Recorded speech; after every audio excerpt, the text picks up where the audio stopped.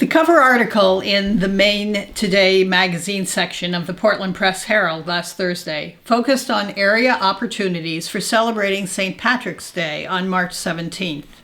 On the cover itself was a caricature illustration of a smiling, red-bearded Irishman. He was dressed in a green jacket with a shamrock in the lapel and a green plaid vest. And he was emerging from a computer screen set upon a large, tall, green hat with a big buckle in front, the sort of hat a leprechaun might traditionally wear. He was holding a large and frothy mug of beer, I think it was supposed to be Guinness, in one hand, and a pot of gold in the other, with shamrocks all around. The article focused almost exclusively on where to get green beer and green creme de menthe flavored cocktails at Portland restaurants. Oh, and the article also lamented the fact that with COVID still lurking around, the usual rowdiness of St. Patrick's Day would be curtailed for yet another year. I found this depiction of St. Patrick's Day so ironic and frankly quite disturbing. I suspect that the journalists who wrote the article and formatted the magazine considered themselves to be quite woke in their attitudes and perspectives and would be morally affronted by any trace of what they would consider cultural appropriation. And yet, as the Press Herald substantiated by its choice of subject matter, Irish people are still characterized as drunk, red-haired, green-dressing folks, dumb enough to think that there is a pot of gold at the end of every rainbow. And we celebrate that stereotype every March 17th without fail. I can only hope that none of the journalists responsible for the article and illustration will so much as sip a green beer or raise a toast to the Irish heritage that probably does not show up even one bit in their DNA. Wikipedia defines cultural appropriation as the adoption of an element or elements of one culture or identity by members of another culture or identity. Markers of cultural appropriation include presenting elements of a culture in ways that give a skewed or inaccurate perspective of that culture or reinforce stereotypes. And so in this age of woke, I have to ask myself why we continue to perpetuate these negative stereotypes of Irish people.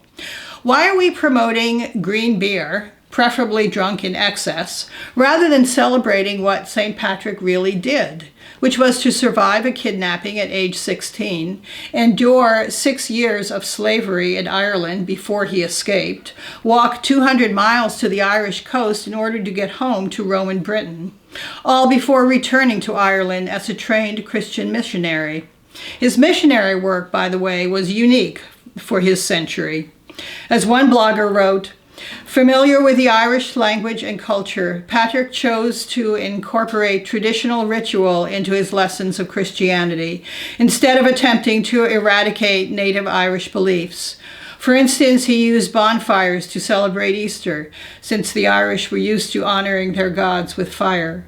He also superimposed a sun, a powerful Irish symbol, onto the Christian cross, to create what is now called a Celtic cross, so that veneration of the symbol would seem more natural to the Irish."